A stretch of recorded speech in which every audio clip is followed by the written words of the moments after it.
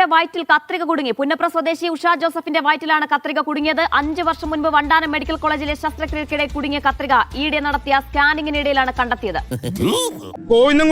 നീ നന്നാവില്ല. അത് താൻ പറഞ്ഞിട്ട് വേണോ ഞാൻ അറിയാൻ. ശസ്ത്രക്രിയ നടത്തി ശസ്ത്രക്രിയ ഉപകരണം വയറ്റിൽ കുടുങ്ങിയെന്നുള്ള ആരോപണം നേരിടുന്ന ഡോക്ടർ ഇപ്പോൾ സംസാരിക്കുകയാണ്. അവരുടെ പ്രതികരണത്തിലേക്ക്.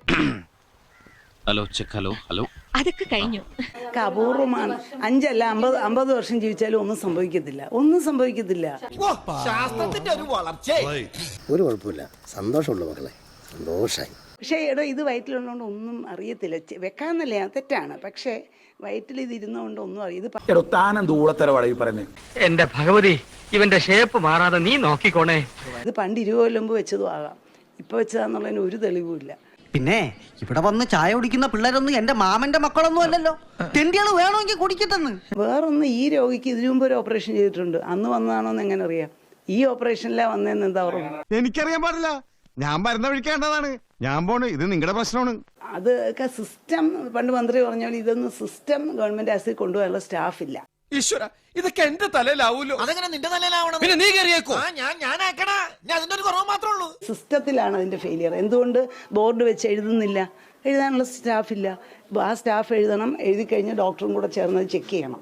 അതിനുള്ള സിസ്റ്റം നമുക്കില്ല. അലമ്പായി പോയി സാറേ, ഭയങ്കര അലമ്പായി പോയി. ആ മാനേജ്മെന്റ് ഒക്കെ ഭയങ്കര തരികിട. ഒരു നാട് ഭരിക്കാൻ വലിയ കഴിവൊന്നും വേണ്ട, പക്ഷെ ഒരു നാട് മുടിക്കാൻ കഴിവ് വേണം. വളരെ വേദനയുണ്ടാക്കുന്ന ഒരു സംഭവമാണ്. ഒരിക്കലും ഉണ്ടാകാൻ പാടില്ലാത്തൊരു സംഭവമാണ്.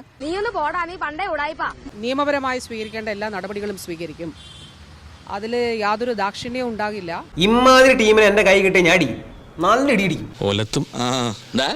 കലക്കൊന്ന് പറഞ്ഞതാ. സർവീസിലുള്ളവരെ അന്വേഷണ വിധേയമായിട്ട് സസ്പെൻഡ് ചെയ്യുന്നതിന് വേണ്ടിയിട്ടുള്ള നിർദ്ദേശവും നൽകിയിട്ടുണ്ട്. എന്നിട്ട് നീ എങ്ങനെ അഡ്ജസ്റ്റ് ചെയ്യുന്നു കരുണ?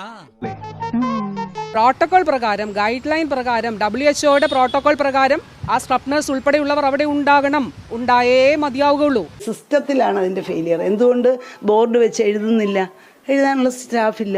അങ്ങനെ സ്ക്രബ് നഴ്സ് ഇല്ല എങ്കിൽ എങ്ങനെ ഒരു സർജറി അവർ അന്ന് നടത്തി? ഞാൻ ഈ വിഗ്രഹം വെച്ച് കീഴടങ്ങി. ഞാനൊരു തെറ്റ് ചെയ്തു. എന്റെ സന്തോഷത്തിന് ഇതിരിക്കട്ടെ. എന്തൊരു നീചനാണ്.